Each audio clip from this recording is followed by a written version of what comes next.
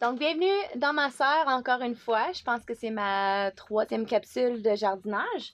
Et puis aujourd'hui, je vais vous montrer qu'est-ce que je fais avec mes fraises en hivernation que j'avais hivernées dans mon garage tout l'hiver. Je vais aussi vous montrer comment que moi j'arrose mes plantes intérieures et à quel moment est-ce que je les arrose. Beautiful 5x5.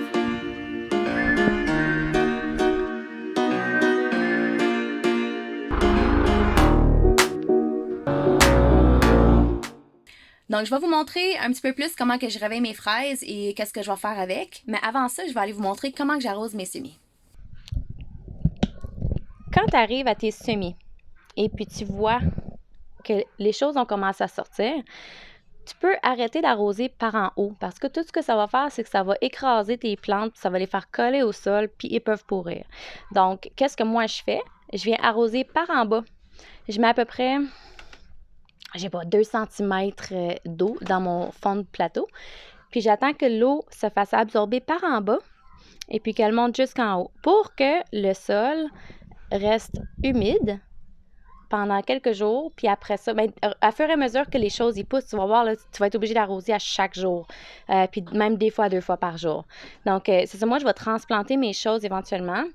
Eux autres, ils commencent à prendre beaucoup de place. Donc, tu sais, comme mes basiliques, là, je vais les transplanter dans des pots probablement cette semaine. Mes coriandres et puis mes fines herbes aussi. Et de toute façon, toutes mes affaires vont aller dans la serre prochainement.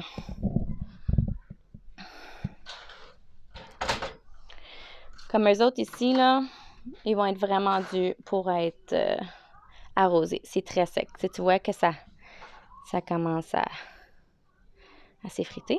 Là, j'ai montré mes lumières à la fin de ma dernière vidéo, de ma dernière capsule. Et puis, eux autres, je les ai pas rapprochés assez proches de la lumière. Je sais pas si vous voyez. Ils sont assez distancés de ma lumière. J'aurais pu les rapprocher un petit peu plus. Là, ils commencent à pousser en orgueil. Ça, c'est pas grave, là, ça l'arrive. Là. Sauf que là, c'est sûr que là, il faut que je les arrose. Puis je vais peut-être les surélever là, au courant des prochains jours. Donc, eux autres, je vais commencer à les arroser. Puis je vais y aller tranquillement. Vu que je vois qu'il est vraiment sec, je vais aller doucement arroser pour pas toucher au feuillage.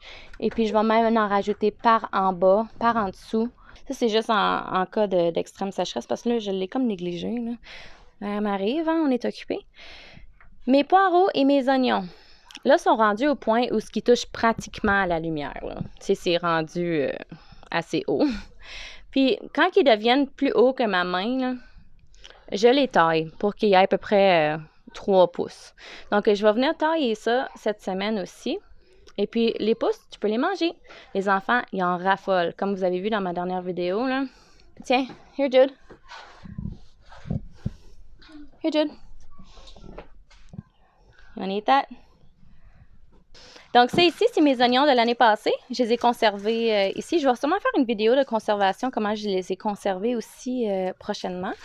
Donc, ça ici, c'est mes oignons de l'écoumène que j'ai parti des graines l'année passée, que je vais garder pour essayer de reproduire des graines. Ça ici, c'est des oignons aussi que j'ai parti des graines. C'est une sorte de hybride de conservation. Il n'y a rien de mal de partir des graines hybrides en autant qu'ils sont bio. Oui. En autant qu'ils sont bio et puis ne sont pas traités, il n'y a pas de problème. Moi, j'aime bien ça, même utiliser des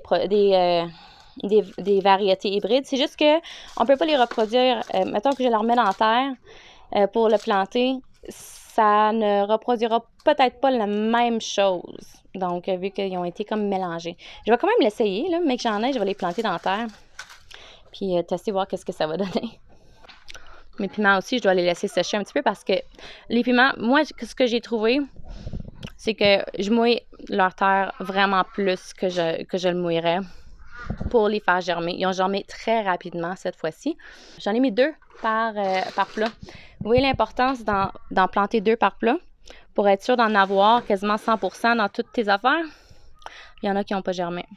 Fait que ça, c'est taux de germinaison de 88%. C'est pour ça que j'en mets 2 par petit plat.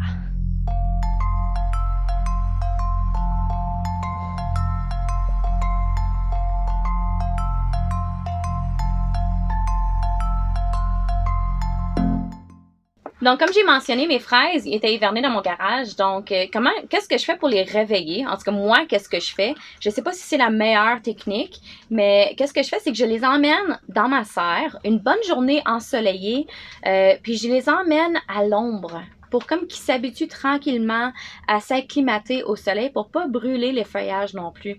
Je veux pas leur donner trop un gros stress. Je vais les réveiller tranquillement. Je veux pas qu'il fasse trop chaud non plus. Regardez-moi ça, la limace, tu vois. Il y a une limace dans mon pot suspendue. Je sais pas comment que ça s'est rendu là. Je suis en train de vérifier pour m'assurer que la serre, elle ne gèle pas, mais qu'elle reste à une température assez basse. Parce que les fraises, elles aiment ça, les températures plus froides.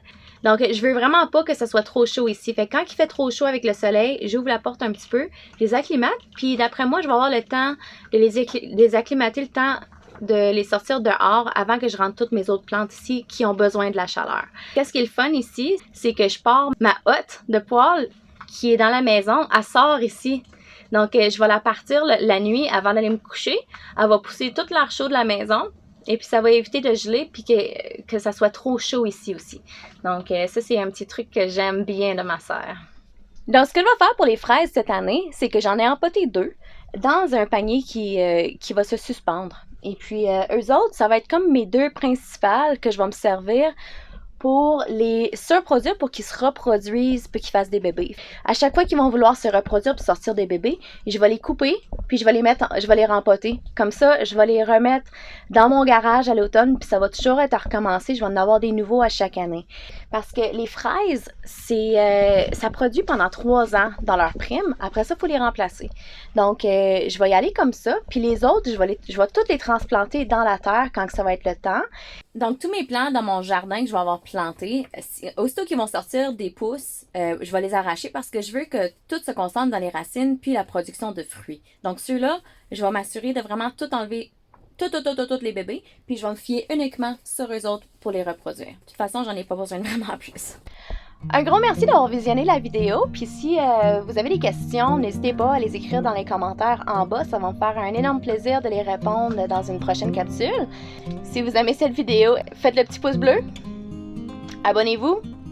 Partagez si vous le voulez. À la prochaine!